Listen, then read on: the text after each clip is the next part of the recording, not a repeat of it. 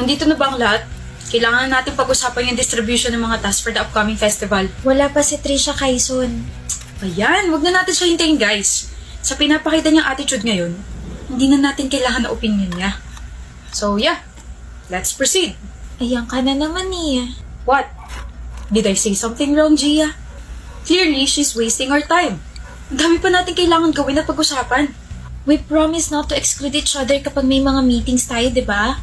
Let's just wait for her. Ano ba, Gia? Quezon, shut up, Milan. Did you just yell at me? This is why I told you na sa akin lang kayo makinig. Natutulad kayo kay Trisha eh. Nagiging matigas yung ulo ninyo. Eh ano bang ambag niya rito?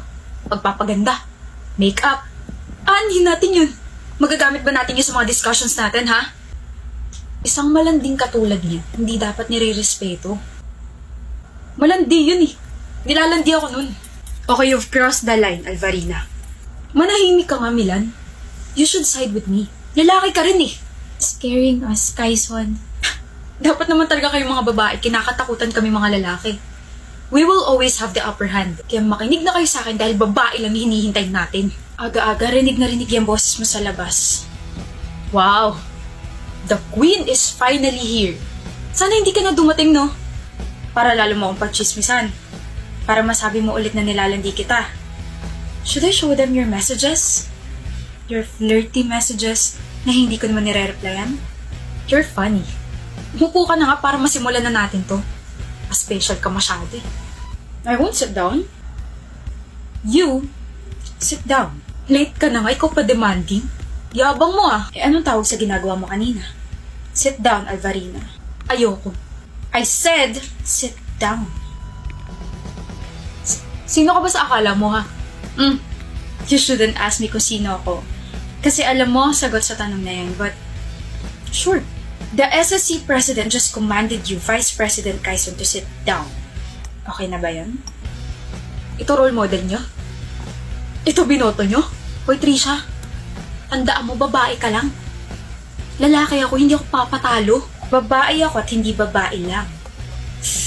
Well, itong babaeng sinisigawan mo, sinasabihan mo na kung ano-ano, nasa Dean's Lister, SSC President, at maraming pinatupad na community projects. Yeah? Babae lang. Ako. Everyone, I'm sorry I'm late, pero may kinailangan kasi akong asikasuhin kanina. I had to deal with someone's mess, and yes, nandito siya. Oh. Harap ko siya ngayon, no? What? You really think na hindi ko malalaman na you stole 20,000 ng Friday sa pondo natin? Ano? May ebidensya ka ba ha? I can sue you sa mga sinasabi mo ngayon. Sure ka? Monday na Monday ngayon pero willing akong dalhin to sa authority. Ha? Nakuhanan ka ng CCTV dito sa office natin. Habang busy ang lahat, tinakaw mo yung pera sa bag ng treasurer natin. Enough na ba yun? Trisha, sorry sa mga nasabi ko. Sorry. Nagastos ko na kasi yung pera.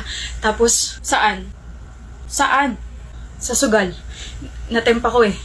Hindi ko naman sinasadya. Quezon Alvarina, from now on, you are prohibited from entering this office. Yes! Okay lang sa akin.